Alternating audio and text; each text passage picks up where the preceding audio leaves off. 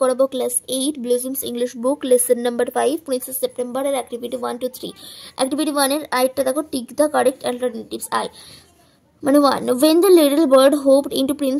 princess September's room she was crying alone beta the little bird perched on the finger of the princess এটা the sisters of princess September were envious of her বিটা চারটা হচ্ছে princess September was advised to put the bird in a cage C একটা activity 2 এখানে বলছে rearrange the following sentences in the correct order and put the numbers in the given boxes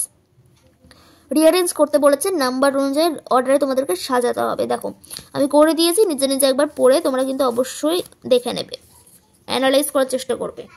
দেখো একটা বলা হয়েছে all the sisters came together to advise princess September এটা হবে 4 দুইটা বলা হয়েছে princess September was crying alone in her room এটা হবে 1 a little bird hopped on to the end of the princess bed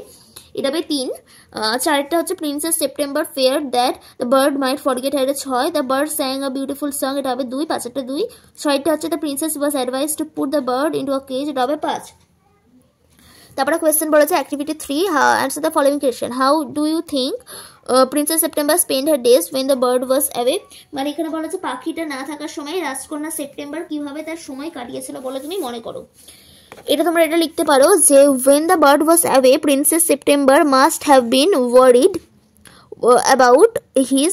whereabouts and must have eagerly waited for his return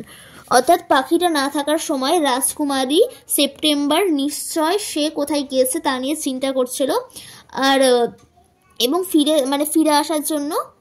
উদ্গ্রীব হয়ে অপেক্ষা করছিল তো নেক্সট ভিডিওতে তোমাদেরকে আমি এরই যে ইউনিট নাম্বার 2টা আছে তার বেঙ্গলি মিনিংটা করিয়ে দেওয়ার অনেক চেষ্টা করব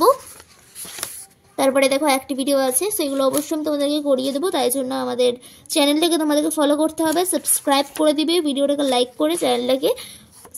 সাবস্ক্রাইব করতে কিন্তু ভুলবে না